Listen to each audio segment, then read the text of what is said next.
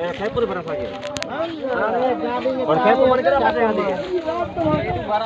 ये बस रेट राखी तो इतना दिन यकीन कने असां पे हंदासी अच्छा वो फिर चांदे गुट हां उतो मोटियो वरी अञा रस्ते में गोज़े पहुतम साहबी फोन हां असां में मजबूर हो वो तो मजबूर आयो तव्हां जो कम अलर्ट रहो ऐं हिते जेको असां 3 कलाक थी विया बा छोकरनि पंहिंजे मोला इस्मा या इंशाल्लाह मां वरी तव्हां हिन में पाणी कोन्हे तूं छो आया हेॾे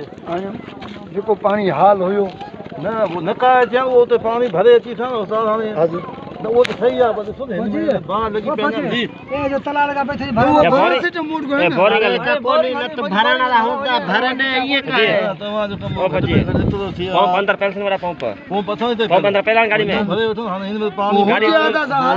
हाणे हे ता किथां भरे ईंदो हिमल वरी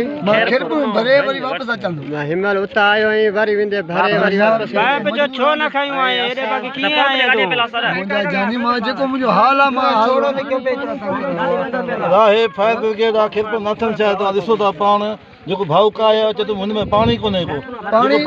पाणी कोन्हे को हे अचण जो कम ई न आहे सॼो ॻोठ सड़ी वियो आहे नंढी गाड़ी आ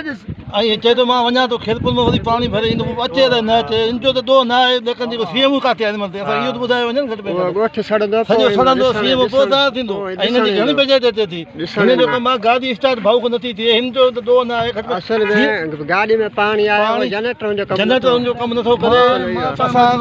आला अमल तां अपील था कयूं त सीएम खे हटायो वञे या हुनखे नौकरी ते मुअतल कयो वञे असां सॼो ॻोठ सड़े पियो थो गाड़ी आई आहे उन में माना जेको जनरेटर आहे उहो पाणी नथो कढे कम ई नथो करे हाणे हे चए थो मां वरी खेरपुर चए थो मां वञा थो खेरपुर ऐं उॾो भरे पाणी वरी खणी ईंदुमि पोइ हाणे अचे या न अचे इहा हालत आहे हे तव्हां ॾिसो था सॼो ॻोठ सड़े पियो थो ऐं जेको माण्हुनि जा माल सड़ी वियो आहे अन सड़ी वियो आहे हे भाउ हे कोठे में त अंबड़ा सुठो पियो जेको पंहिंजे सिर बचाए निकितो आहे ॿार छॾियो भाऊ खे बसि